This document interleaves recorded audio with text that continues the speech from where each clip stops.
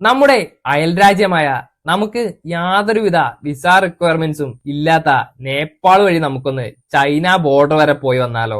ഇതിനായി ആദ്യം നമ്മൾ എത്തേണ്ടത് കാഠ്മണ്ഡുവിലാണ്. കാഠ്മണ്ഡു കോട്ടീശ്വർ ജംഗ്ഷനിൽ നിന്ന് താത്തോപ്പാനി എന്ന സ്ഥലത്തേക്കാണ് നമ്മൾ ബസ് കയറേണ്ടത്. രാവിലെ 7 മണിക്കും 11 മണിക്കുമാണ് ബസിന്റെ ടൈമിംഗ്.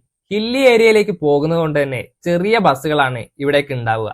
അതുകൊണ്ട് തന്നെ നല്ല തിരക്ക് പ്രതീക്ഷിക്കാം. മറ്റൊരു ഓപ്ഷൻ ഇലക്ട്രിക് വാനുകളാണ്. എന്നാൽ ഇടയ്ക്കിടയ്ക്ക് ചാർജിങ്ങിനായി നിർത്തുന്നത് കൊണ്ടും റേറ്റ് കൂടുതലായതുകൊണ്ടും ഇത് അവോയ്ഡ് ചെയ്യുന്നതാണ് ബെറ്റർ.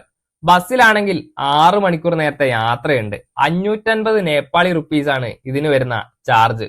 താത്തോപ്പാനി കഴിഞ്ഞുള്ള ലീപ്പിംഗ് എന്ന വില്ലേജിലാണ് നമുക്ക് ഇറങ്ങേണ്ടത്. ഇതാണ് ചൈന ബോർഡർ. നേപ്പാളിന്റെ ലാസ്റ്റ് വില്ലേജ് എന്നാണ് ലീപ്പിംഗ് അറിയപ്പെടുന്നത്. അറ്റ്ലീസ്റ്റ് 2 ദിവസമെങ്കിലും വേണം ഈ വില്ലേജ് ഒന്ന് എക്സ്പ്ലോർ ചെയ്യാൻ. എനിക്ക് ലീപ്പിംഗിൽ ഏറ്റവും ഇഷ്ടപ്പെട്ട കാര്യം ഇവിടെ ഒട്ടും ക്രൗഡഡ് അല്ല എന്നതാണ്. കാഠ്മണ്ഡുവിൽ നിന്ന് അത്യാവശ്യം ദൂരം ഉള്ളത് കൊണ്ട് തന്നെ അധികം ആൾക്കാരൊന്നും ഈ വില്ലേജ് ചൂസ് ചെയ്യാറില്ല. മൗണ്ടൈൻസിന്റെ വ്യൂസ് കൊണ്ടും പ്രകൃതി സൗന്ദര്യം കൊണ്ടും ഈ വില്ലേജ് വളരെ മനോഹരാണ്. പിന്നെ അത്യാവശ്യം നല്ല തണുപ്പും ഇവിടെ ഉണ്ട് കേട്ടോ.